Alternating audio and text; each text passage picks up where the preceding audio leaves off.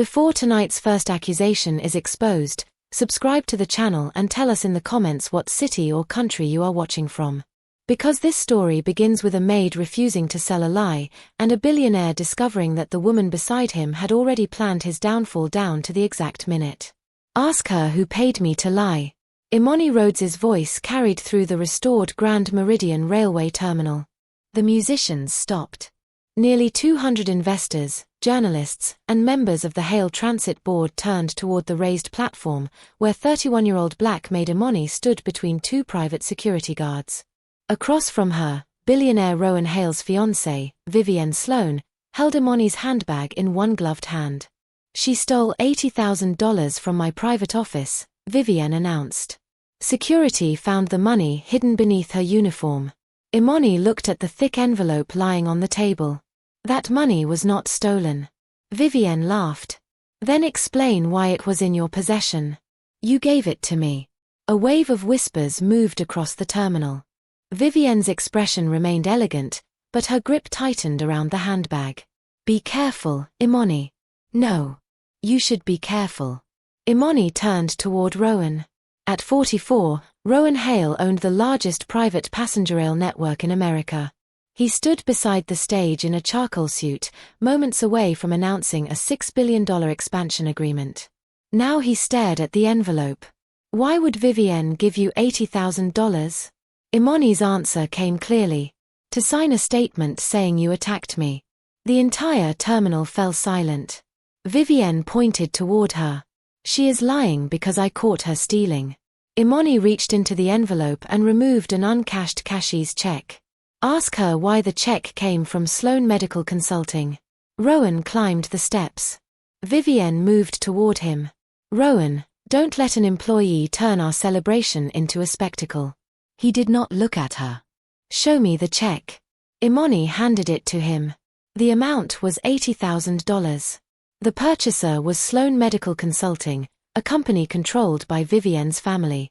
The payment note read, "Witness cooperation fee." Rowan looked up. "What were you supposed to witness?" Imani removed a folded document from inside her sleeve. "That you lost control during a private episode, pushed me against a wall, threatened the household staff, and said you were no longer capable of running Hale Transit."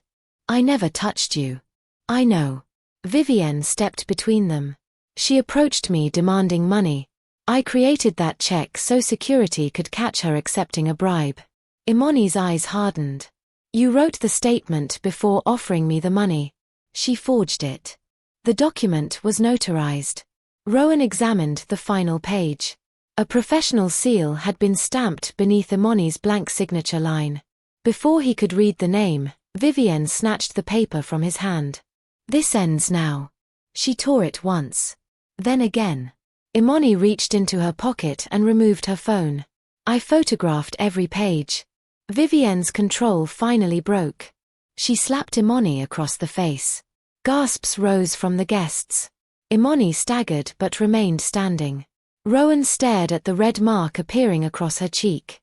Then he turned and slapped Vivienne. The sound echoed beneath the terminal's glass ceiling. Vivienne stumbled backward, stunned. Rowan looked shaken by his own reaction, but his voice remained cold. "You will never touch an employee in front of me again." Vivienne held her cheek. "You struck me for a maid. I stopped defending you the moment you struck someone for telling the truth." He stepped beside Imani. The photographers captured everything. Vivienne standing alone. Imani holding the evidence. And Rowan publicly choosing the maid's account over his fiancée's explanation. 7 hours earlier, Imani had arrived at Rowan's estate before sunrise. She had worked there for 16 months, supporting her mother while quietly completing online courses in legal administration. Imani noticed details other employees ignored, dates that did not match, signatures written in different ink, and documents placed where they did not belong. That morning, Vivienne summoned her to the West Conservatory. An envelope sat on the table beside 2 pages of typed testimony. "I need you to sign this before tonight's announcement," Vivienne said. Imani read the opening paragraph. It claimed Rowan had suffered a violent mental breakdown 3 nights earlier. This never happened. It will be easier if you treat it like a confidentiality agreement. It says he attacked me. No one is asking you to press charges. You are asking me to lie under oath. Vivienne slid the cashier's check across the table. $80,000. Enough to pay your mother's mortgage and finish your education. Imani did not touch it. Why do you need this statement? Vivienne opened a second folder. Inside was a copy of the Hale Transit Founders Continuity Clause. If Rowan were declared medically unfit, temporary control of his voting shares would pass to his legal spouse. Their wedding was 6 days away. You want control of his company, Imani said. I want stability. By inventing a breakdown? Rowan has been exhausted. The board already worries about him. Being tired is not the same as being dangerous. Vivienne leaned closer. You will sign, or I will tell every agency in this city that you stole from this household. Imani picked up the envelope. Vivienne smiled, believing she had one. But Imani took it only to preserve the evidence. Now, inside the terminal, Rowan's security chief enlarged the photographs from Imani's phone on the presentation screen. Every guest could see the full statement. Rowan read the date printed at the top. Then his face changed. This says the assault happened tomorrow night. Imani looked at him. That is why I refused. They have not only written the lie, they are still planning the incident. The security chief examined the notary seal. Mr. Hale, this document was certified by someone with access to your private legal files. Who? The name appeared on the enormous screen behind them. Edwin Hale. Rowan stopped breathing. Edwin was not merely the family attorney. He was Rowan's uncle, the vice chairman of Hale Transit, and the man scheduled to stand beside him during the expansion vote that evening. Rowan looked across the terminal. Edwin's chair was empty. Then every exit door locked at once. The lights dimmed. And a recorded voice began playing through the terminal speakers. It sounded exactly like Rowan. I am no longer fit to control this company. The recorded confession echoed through the Grand Meridian terminal. I am no longer fit to control this company. Rowan stared at the speakers. The voice was his. The pauses, the breathing, even the slight rasp that appeared when he was tired sounded real. But he had never spoken those words. The enormous presentation screen behind the stage changed.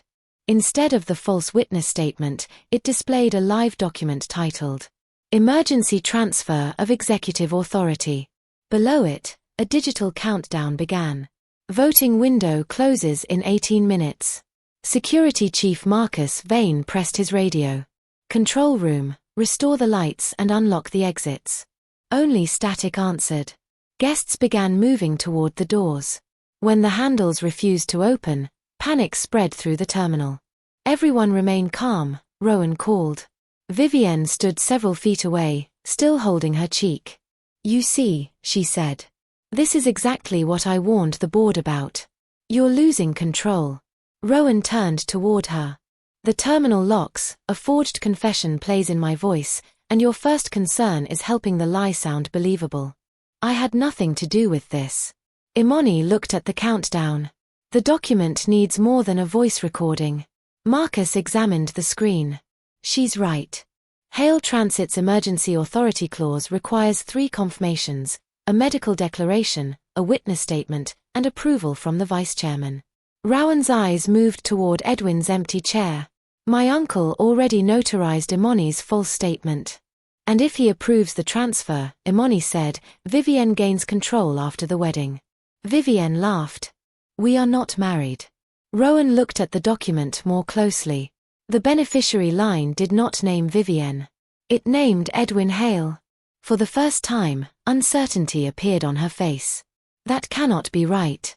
Imani watched her carefully. You thought the shares would transfer to you. Vivienne's silence exposed more than an answer. Rowan stepped closer. My uncle promised you control. He said the arrangement protected both of us. Protected you from what? Before she could respond, the terminal speakers activated again. Edwin's voice filled the building. Rowan, the board has reviewed evidence of your instability. Do not resist the transition. Rowan looked toward the nearest security camera. You fabricated that evidence. You have been making reckless decisions for months. Name one. You delayed the Western expansion. You questioned the medical evaluations. You refused to merge with Sloan Logistics. Imani understood. The $6 billion expansion was not the true target. The merger was. Vivienne's family company had been losing money for years. A Hale Transit merger would rescue it instantly. Rowan looked toward Vivienne. You told me Sloan Logistics was profitable. It is. Imani raised her phone. No. It isn't. Everyone turned toward her. When Vivienne offered me the money, I photographed the envelope, check, statement, and every document visible inside the conservatory. One page contained a creditor notice addressed to Sloan Logistics. She opened the image. The company owed more than $240 million to private lenders. Its main shipping license would be suspended within 30 days unless the debt was paid. Vivienne's face hardened. You photographed private documents inside my home? Rowan's home, Imani replied. The countdown reached 15 minutes. Marcus approached a maintenance panel beneath the stage. The security system has been redirected through the abandoned East Platform control room. That section was closed 20 years ago, Rowan said. Someone reopened it tonight. A sudden metallic sound came from the tracks. The terminal's old display board flickered to life. Private train arriving, platform 4. Rowan frowned. No train is scheduled. Beyond the glass wall, headlights appeared inside the tunnel. A black executive railcar entered the station and stopped beside the sealed platform. Its windows were covered, and no company markings appeared on its exterior. Marcus checked his radio again. Our internal network says the train belongs to Hale Transit. It doesn't, Rowan said. A side door on the railcar opened. Two men in medical uniforms stepped onto the platform carrying a restraint chair and a silver equipment case. Guests began shouting. Vivienne backed away. They were not supposed to arrive here. Rowan heard her. Who are they? She shook her head. I don't know. You just said they arrived early. Vivienne realized her mistake. Imani stepped between her and Rowan. They planned to stage the breakdown in front of witnesses. Marcus opened the equipment case after one of his guards seized it through the platform gate. Inside were injectable sedatives, a blood pressure monitor, and pre-printed medical forms declaring Rowan mentally unfit. The physician's signature was already present. Dr. Elias Sloan. Vivienne's older brother. Rowan stared at her. Your family planned to drug me inside my own terminal. No. Edwin said they would only examine you. With restraints. He said you might become aggressive. Because the witness statement claimed I would. The lie had been built in layers. First, Imani would accuse Rowan of attacking her. Then doctors controlled by the Sloan family would sedate him. Any resistance would be recorded as proof of instability. Edwin would activate the emergency clause. By morning, Rowan would be removed from his company. The countdown reached 12 minutes. Marcus's guards forced open a maintenance gate leading beneath the eastern platform. I can reach the control room, he said. But someone must stop the board vote. Rowan opened his phone. No signal. Imani looked toward the old ticket office. There may be a hardline connection. That office was disconnected years ago, Marcus said. Not completely. I used it last month when the kitchen network failed. The payroll terminal still connects to headquarters. Rowan looked at her. You can access the board system. I can access the employee portal. If the emergency transfer uses company credentials, there may be an audit trail. They ran across the terminal while Marcus led his team below the platform. Vivienne followed. Rowan turned. You stay here. If Edwin is betraying me too, I need to know. You needed to know before you paid an innocent woman to lie. Imani unlocked the ticket office using a staff master key. The old computer took nearly a minute to start. The voting timer dropped below 10 minutes. She entered her payroll credentials and opened the internal audit page. Hundreds of access logs appeared. The forged medical declaration had been uploaded from Edwin's office. The fake witness statement came from Vivienne's tablet. The synthetic voice recording had been assembled from Rowan's private calls over 6 months. Then Imani found a fourth file. It had been uploaded under her own employee number. Video evidence, Imani Rhodes' confession. "That is impossible," she whispered. Rowan opened it. The video showed Imani sitting inside the West Conservatory. Her face, uniform, and voice were unmistakable. "I accepted money from Rowan Hale to conceal his violent behavior," the woman on screen said. "Vivienne Sloan tried to protect me." Imani stared at her own digital image. "They created a fake version of me too." The video continued. Then the artificial Imani spoke one sentence that made Rowan turn cold. "Rowan plans to destroy the terminal tonight with everyone inside." At that exact moment, a red warning flashed across the computer. "Explosive device detected, East Platform Power Tunnel." The countdown changed. It no longer measured the board vote. It measured detonation. 8 minutes remaining. 8 minutes remained. The explosive warning pulsed across the ticket office monitor while the artificial video of Imani continued accusing Rowan of planning to destroy the terminal. Guests trapped in the main hall had begun pounding on the locked doors. Some shouted for help. Others lifted their phones, but the signal jammers hidden inside the station prevented any call from leaving. Rowan stared at the screen. "They're not only trying to remove me from the company," he said. "They're preparing to blame me for mass murder." Imani opened the audit details beneath the fake confession. The video was uploaded 40 minutes ago, but the file was created 2 weeks earlier. Then this entire gala was designed as the crime scene. Vivienne stood in the ticket office doorway, her face pale. Edwin never mentioned explosives. Imani turned toward her. "You helped create the false assault statement. You knew doctors were coming with restraints. You knew they intended to take Rowan away. I thought he would be removed from management for a few days while the board approved the merger. You thought destroying his reputation was acceptable as long as you became his wife." Vivienne's eyes hardened. "I was trying to save my family's company. By sacrificing him." The countdown dropped to 7 minutes.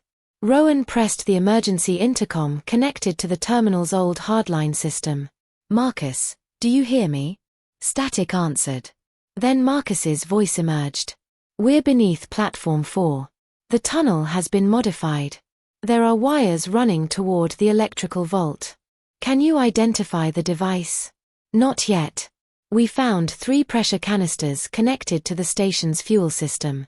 Imani studied the terminal blueprint stored on the payroll computer. The East Platform tunnel crossed beneath the main waiting hall. If the device ignited the underground fuel line, the blast could collapse the glass roof and trap everyone inside. "Marcus," she said into the intercom, "look for a second cable running away from the canisters." "Why?" "The explosive may be a distraction." The audit log shows the emergency transfer vote and the detonation timer were activated from different terminals. Rowan looked at her. "You think they are controlled separately?" "Yes. Edwin needs the board vote to succeed, but whoever planted the explosives may have another objective." Vivienne stepped closer to the screen. "My brother." Rowan turned. "What about him?" Elias never trusted Edwin. He said the merger would only work if Hale Transit became too damaged to recover. Imani understood. "Edwin wants control of the company. Your brother wants the company destroyed so Sloan Logistics can acquire the remaining routes cheaply." Vivienne looked sick. "My family was using me too." Rowan's expression remained cold. "You discovered that after helping them frame me." The intercom crackled. Marcus spoke quickly. Imani was right. "There is a second cable. It runs north toward the private railcar. The black train waiting on Platform 4 was not meant to escape after the explosion. It was part of the mechanism." Imani enlarged the vehicle registration file. The railcar had been loaded onto Hale Transit's network using a temporary maintenance certificate. The certificate listed its power system as experimental battery storage. But the listed weight was nearly 9 tons heavier than the standard model. "It may be carrying more fuel," she said. "Or something they want destroyed," Rowan replied. The countdown reached 6 minutes. A loud impact shook the ticket office door. One of the medical men had escaped security and was forcing his way inside.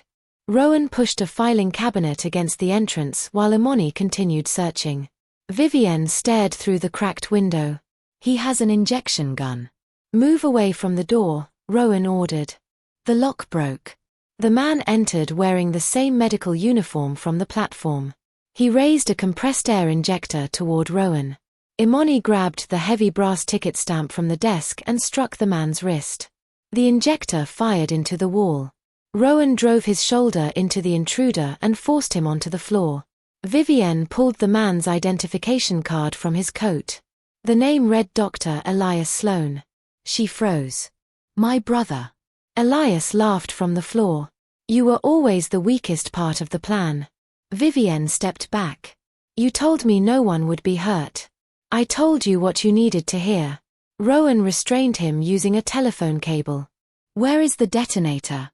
Elias smiled. "Inside the train." "And the passengers?" "There are no passengers." Imani examined the temporary maintenance manifest again. One sealed compartment was listed as archival equipment. She opened the loading records. Inside were 24 steel evidence boxes removed from Hale Transit headquarters that morning. The boxes contained original accident reports, medical complaints, and employee testimony connected to Edwin's management of the company's Western division. "He's destroying evidence," she said. Rowan looked at Elias. "The train carries every record proving Edwin covered up safety failures." Elias laughed. "Not every record." He looked directly at Vivienne. "Your father kept copies." Vivienne went still. "My father died last year." "No," Elias replied. "He disappeared after Edwin threatened him." Imani recognized the pattern. Fake records. Manufactured illness. People made to vanish. Everything Edwin and the Sloanes had done relied on controlling which witnesses were believed. The countdown reached 5 minutes. Rowan opened the private railcar's remote maintenance page. The system demanded a 7-digit override code. Vivienne looked at Elias. "You know it." He closed his eyes. She knelt beside him. "You were prepared to let me marry Rowan, take the blame for fraud, and die in this terminal. You were never going to die. Then tell me where the safe carriage is." Elias's silence answered her. Vivienne struck him across the face. "Give me the code." Rowan caught her wrist. "This is not how we get it." Imani watched Elias's expression. He was not afraid of the explosion. That meant he believed he could survive it. She examined his medical jacket and found a small magnetic pass sewn into the sleeve. "Safe carriage access," she said. Elias tried to pull away. Rowan removed the pass. The card displayed carriage 7. Imani checked the platform plan. The black train had only 6 visible carriages. "There is a hidden carriage below the main body," she said. "Reinforced and insulated." Vivienne stared at her brother. "You planned to hide beneath the train while everyone else died." Elias smiled. "You finally understand." Marcus returned through the intercom. "We cannot reach the detonator from the tunnel.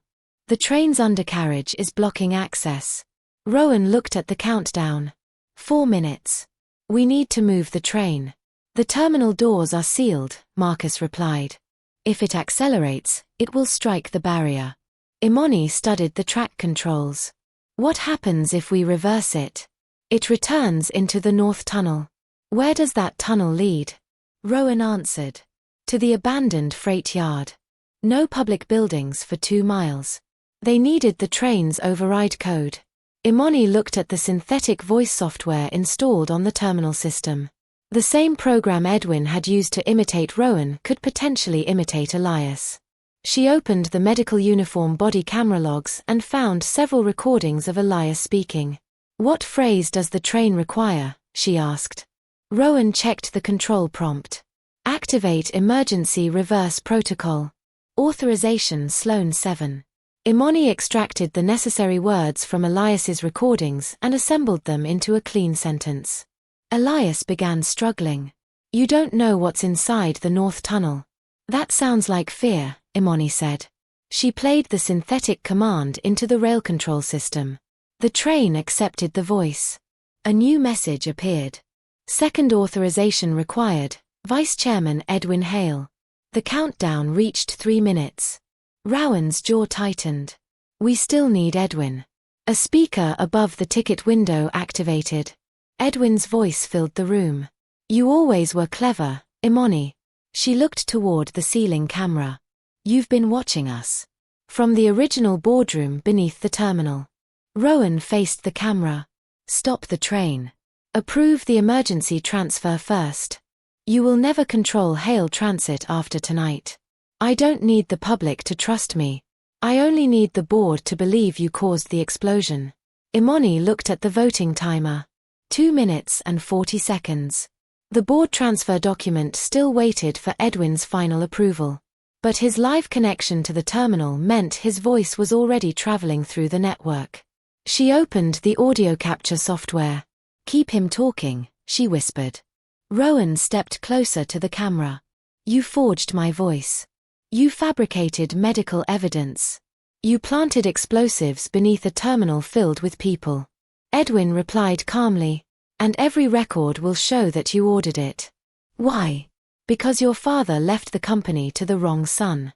Imani captured the words approve, emergency, reverse, and authorization from Edwin's speech. She needed one final word. Hale, she whispered. Rowan understood. My father trusted you, Edwin Hale. Was betraying the Hale name worth it? Edwin answered angrily. The Hale name should have belonged to me. Imani completed the synthetic command. She played both voices into the rail system. Activate emergency reverse protocol. Authorization Sloan 7. Approval Edwin Hale. The monitor flashed green. Outside, the black railcar began moving backward. The explosion countdown stopped at 1 minute and 9 seconds. Then restarted. The train accelerated into the North Tunnel. Marcus shouted through the intercom. The fuel line has disconnected. The device is moving with the train. Guests screamed as the ground trembled. 30 seconds later, a distant explosion shook the abandoned freight yard. The terminal windows rattled, but none shattered. The guests were alive. The main doors unlocked. Police and firefighters poured into the station. Rowan exhaled, but Imani remained focused on the computer. The board vote is still active. The emergency transfer countdown showed 58 seconds. Edwin's approval had already been submitted. Rowan's synthetic confession and the false medical declaration remained in the system. Even without the explosion, Edwin could still take control. Imani searched for a cancellation option. There was none. Then a new file appeared in her payroll portal. It had been sent from an anonymous internal account. A live video opened. Imani's mother sat inside a dark railway office with Edwin standing behind her. He held the original notarized statement in one hand. Withdraw your accusation, he said, or your mother signs as the second witness. Imani stared at the screen. Her mother looked directly at her. Then she said something Edwin clearly had not expected. Don't save me, baby. Save every person on those trains. The transfer countdown reached 30 seconds. And Rowan quietly stepped beside Imani. Whatever happens next, he said, you will not face him alone. The transfer countdown reached 20 seconds. Imani opened the live video feed and enlarged the railway office behind her mother. An old route map hung on the wall, marked with the code E12. That is the abandoned dispatch room beneath East Platform, she said. Rowan sent the location to police, then faced the board portal. There's no cancellation button. There is, Imani replied. But only if the evidence source is proven fraudulent before the vote closes. She uploaded the audio analysis showing Rowan's confession had been synthetically assembled. Then she added the forged medical declaration, Vivienne's payment check, and the terminal recording of Edwin admitting the plan. The system rejected the first submission. 8 seconds remained. Imani selected the original payroll audit trail, which showed Edwin's office had created every false file. She pressed send. The countdown stopped at 2 seconds. Emergency transfer rejected, fraud review opened. At the same moment, police broke into the dispatch room. Edwin tried to force Imani's mother to sign, but she knocked the pen from his hand before officers arrested him. When she appeared safely on the video call, Imani finally allowed herself to breathe. Edwin Hale was charged with kidnapping, attempted mass murder, fraud, evidence tampering, and conspiracy. Elias Sloan faced charges for planting the explosives, unlawful sedation plans, and falsifying medical documents. Vivienne was arrested for bribery, assault, conspiracy, and attempting to frame Imani. Her cooperation exposed the remaining Sloan accounts, but it did not erase what she had done. The board cancelled the merger and removed every executive connected to Edwin. Rowan also reopened the Western Division safety cases and compensated the workers whose complaints had been buried. Weeks later, he held a public meeting inside the same terminal. Imani stood beside her mother in the front row. Rowan cleared Imani's name before employees, reporters, and passengers, then announced an independent ethics office led by people outside the Hale family. He offered Imani its first investigative position. She accepted on one condition. No one working here should ever need a billionaire beside them before the truth matters. Rowan nodded. Then help me build a company where they don't. Vivienne had paid Imani to manufacture a lie. Instead, that payment became the evidence that exposed every liar around her, and the maid they tried to silence became the woman who stopped a train, saved a terminal, protected her mother, and forced an empire to tell the truth.